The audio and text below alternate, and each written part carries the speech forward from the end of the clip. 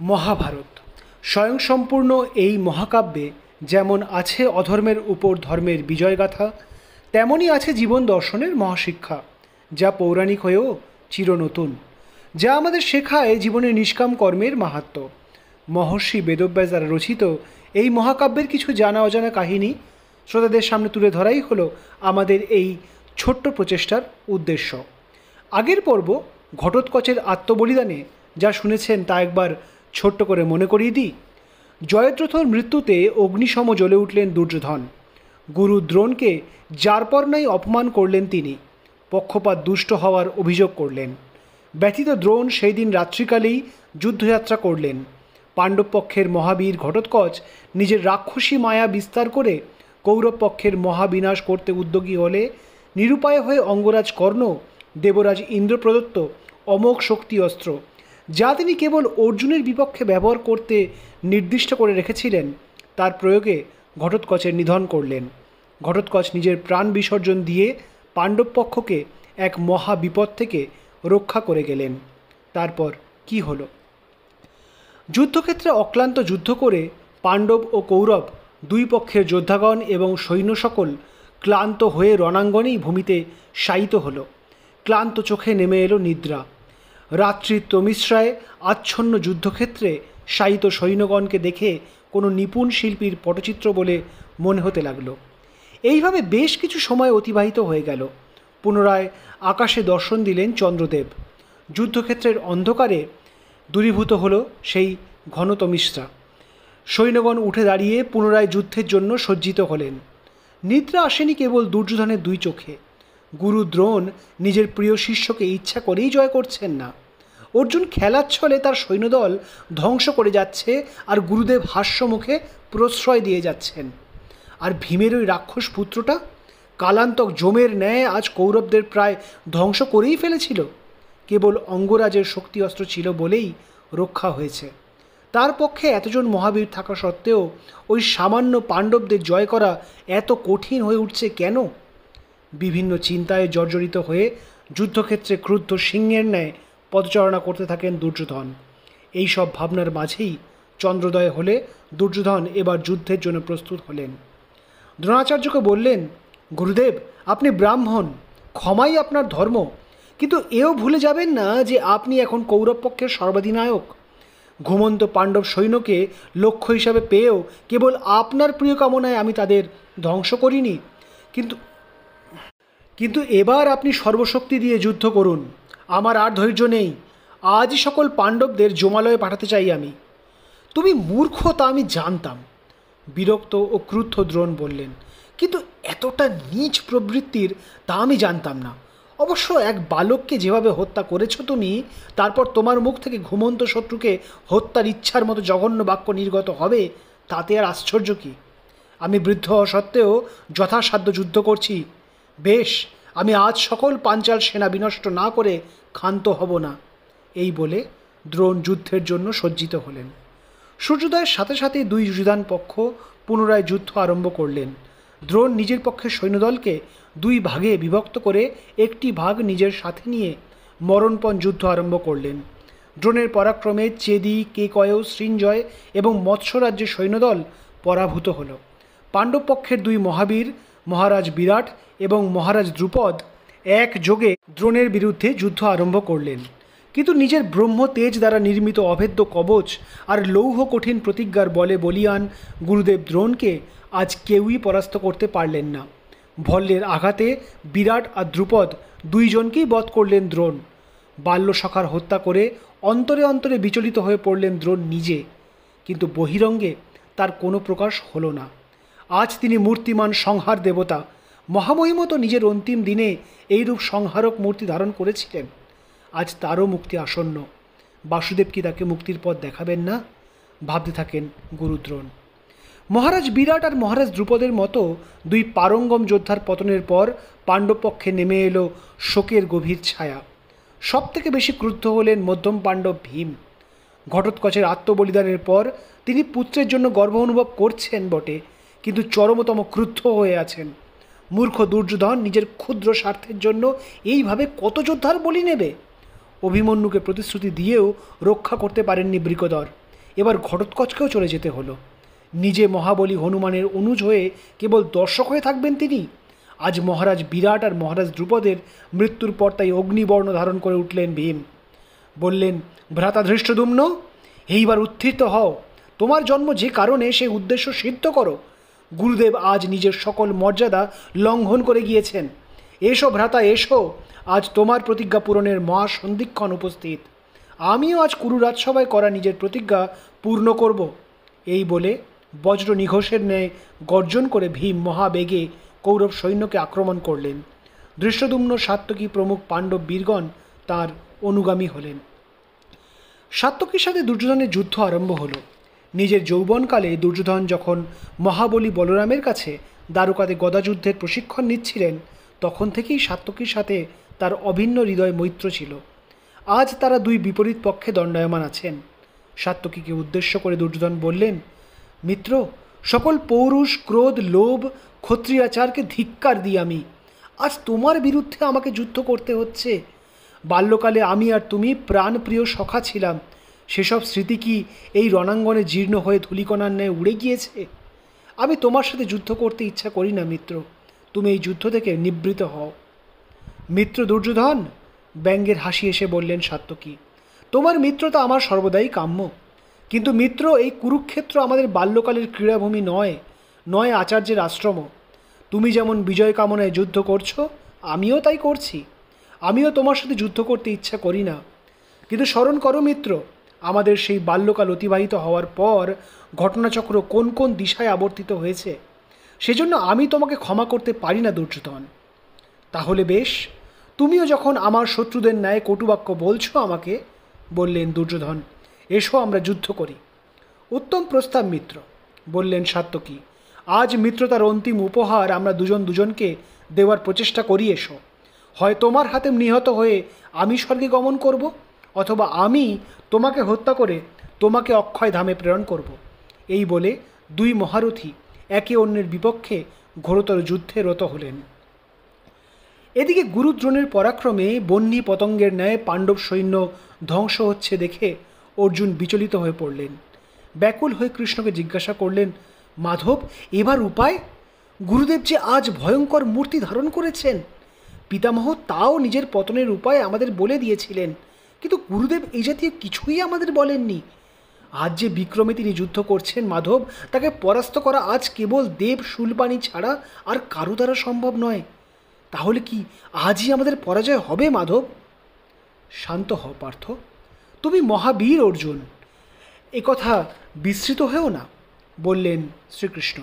পার্থ, তুমি দিব্যাস্ত্রে বলিয়ান, গুরুদ্রোণের সর্বাপেক্ষা প্রিয় শিষ্য তুমি, আর তুমিই ব্যাকুল হয়ে পড়ছ। মনে করো অর্জুন যুদ্ধারম্ভের পূর্বে জ্যেষ্ঠ ভ্রাতা সকল গুরুজনের আশীর্বাদ কামনায় কৌরব পক্ষে সাক্ষাৎ করতে গিয়েছিলেন। তখন গুরুদ্রোণ কি বলেছিলেন তা তোমার নিশ্চয়ই স্মরণে আছে। মৃদু হাস্য করতে থাকেন বাসুদেব। আছে মাধব, গুরুদেব বলেছিলেন যতক্ষণ তিনি সচেতন অবস্থায় অস্ত্র ধারণ করে থাকবেন ততক্ষণ কেউই তাকে পরাস্ত করতে পারবে না। কিন্তু যদি তার একান্ত বিশ্বস্ত কোনো ব্যক্তি তাকে এমন কোনো মর্মান্তিক সংবাদ শ্রবণ করায় যাতে তিনি অচেতন প্রায় হয়ে স্বেচ্ছায় নিজের অস্ত্র ত্যাগ করেন, কেবল তখনই তাকে পরাস্ত করা সম্ভব। কিন্তু এর অর্থ কী মাধব?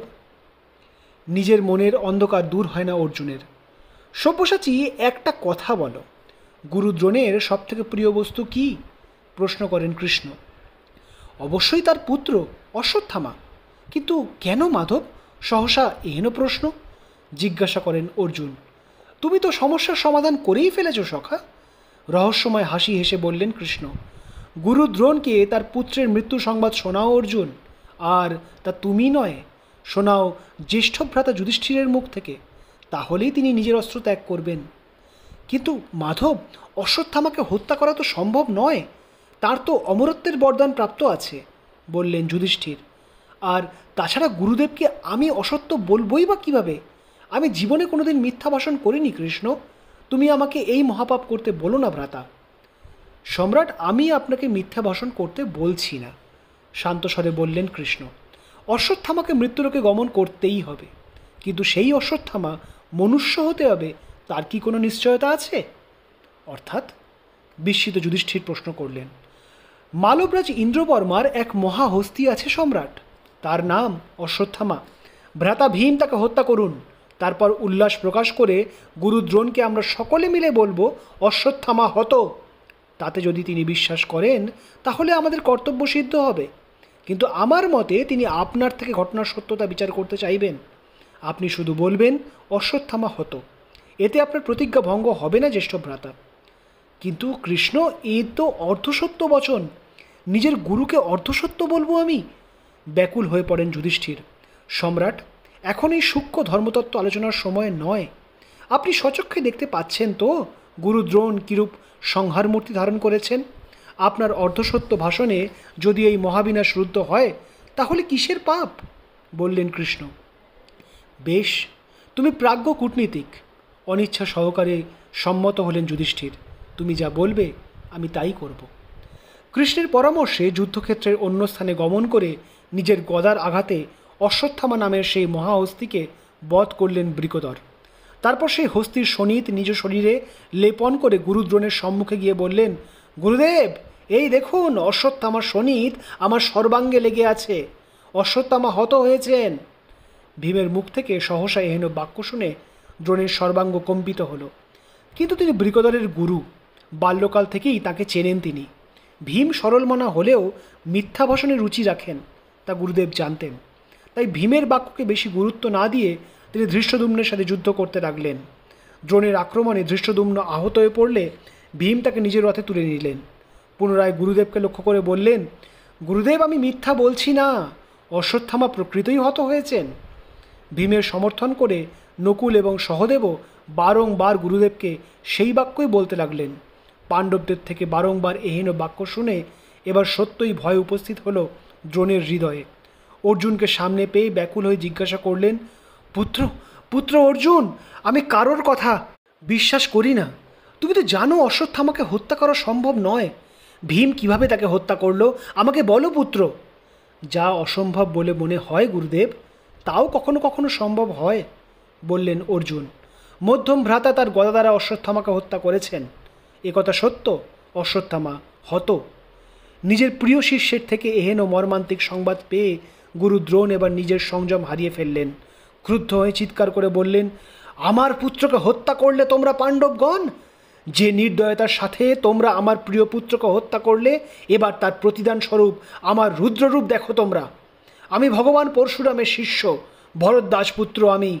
ভগবান পরশুরাম যে সকল অস্ত্র দ্বারা এই বিশ্বকে ক্ষত্রিয় শূন্য করেছিলেন, সেই সকল অস্ত্রের জ্ঞান তিনি আমাকে দিয়েছেন। আমি সেই অস্ত্রের দ্বারা এই বিশ্ব সংসার বিনাশ করব। আমি ব্রহ্মাস্ত্রের আবাহন করছি, সমগ্র সৃষ্টিকে বিনষ্ট করে দেব আমি। এই বলে দ্রোণ এবার নিজের ধনুকে ব্রহ্মাস্ত্রের আবাহন করলেন। সেই মহাস্ত্রের আঘাতে সমগ্র পাঞ্চাল সৈন্যের সাথে সাথে অগণিত হস্তি, অশ্ব এবং অন্যান্য পাণ্ডব সৈন্যের মৃত্যু হল।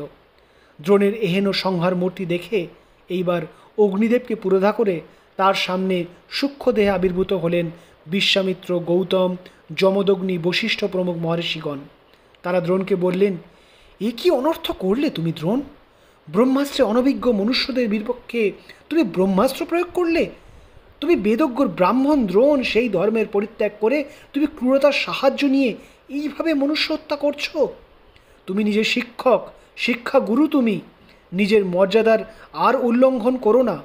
এই সংসারে তোমার কার্য সম্পাদন হয়েছে দ্রোণ। এবার পুত্র, নিজের অস্ত্র সংবরণ করো, তোমার ব্রহ্মলোকে যাওয়ার সময় আসন্ন। মহর্ষিদের তিরস্কার শুনে এবার দ্রোণ নিজের সম্বিত ফিরে পেলেন। সত্যিই তো, কী অনর্থ করে ফেললেন তিনি। পুত্র মোহে অন্ধ হয়ে এই মহা পাপ করে ফেললেন তিনি। তিনি গুরু, সকল মোহ থেকে অনেক উচ্চে তার স্থান। ধর্মের পথে চলতে শিখিয়েছেন তিনি তার প্রতিটি শিষ্যকে। আর আজ কেবল অন্ধ পুত্র স্নেহে এতগুলি নিরপরাধ মানুষের মৃত্যুর কারণ হলেন তিনি। আত্মগ্লানি হলো তার। দ্রোণ তাও একবার নিঃসংশয় হওয়ার নিমিত্ত এবার যুধিষ্ঠিরকে প্রশ্ন করলেন, পুত্র যুধিষ্ঠির, তুমি ধর্মরাজ, জীবনে কখনো তুমি মিথ্যা ভাষণ করনি। একটিবার আমাকে বলো, আমার পুত্র অশ্বত্থামা কি প্রকৃতই নিহত হয়েছে? মৌন থেকো না সম্রাট, সম্রাট বলো আমাকে, বলো। দৃশ্যতই কান্নায় ভেঙে পড়লেন দ্রোণ। গুরুদেব, অশ্বত্থামা হত, এ কথা সত্য, বললেন যুধিষ্ঠির। তারপর কিয়ৎক্ষণ নিশ্চুপ থেকে মৃদুস্বরে বললেন, কিন্তু সে এক হস্তি। যুধিষ্ঠির সদা সত্যবাদী বলে তার রথের চাকা ভূমি থেকে 4 আঙুল পরিমাণ উপরে থাকত। গুরুদেবকে অর্ধসত্য বলার অপরাধে যুধিষ্ঠিরের রথ এবার ভূমি স্পর্শ করল। চিরকাল সত্যভাষী যুধিষ্ঠিরের মুখ থেকে এই নিদারুণ সংবাদ শুনে গুরু দ্রোণ এবার বাক্যহারা হয়ে পড়লেন। অচেতন প্রায় হয়ে গেলেন তিনি। যুধিষ্ঠিরের বলা অন্তিম শব্দগুলি আর তার কর্ণে পৌঁছল না।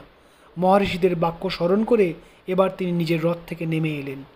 অস্ত্র ত্যাগ করে ভূমিতে পদ্মাসনে আসীন হলেন। তারপর শান্ত স্বরে ধৃষ্টদ্যুম্নকে আহ্বান করে বললেন, পুত্র ধৃষ্টদ্যুম্ন, এবার তোমার কর্তব্য সমাধা করো বৎস। আমার সময় ফুরিয়েছে, এবার আমি ব্রহ্মলোকে গমন করতে চাই। আমি অস্ত্রত্যাগ করলাম, পাণ্ডব আর কৌরব সকলের মঙ্গল হোক।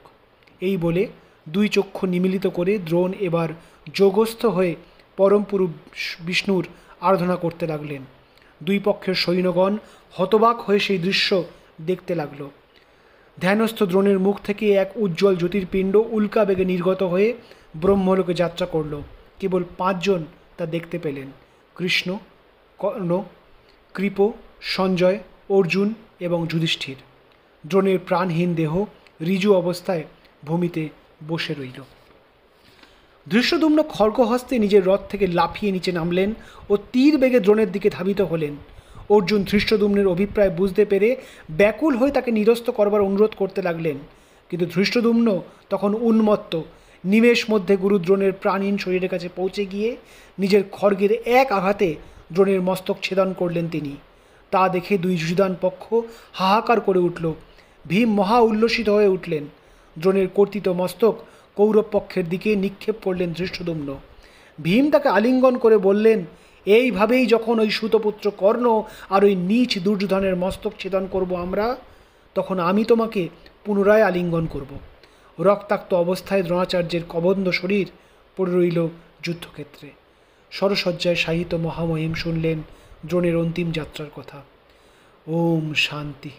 একান্ত চিত্তে আচার্য দ্রোণের আত্মার শান্তি কামনা করলেন ভীষ্ম।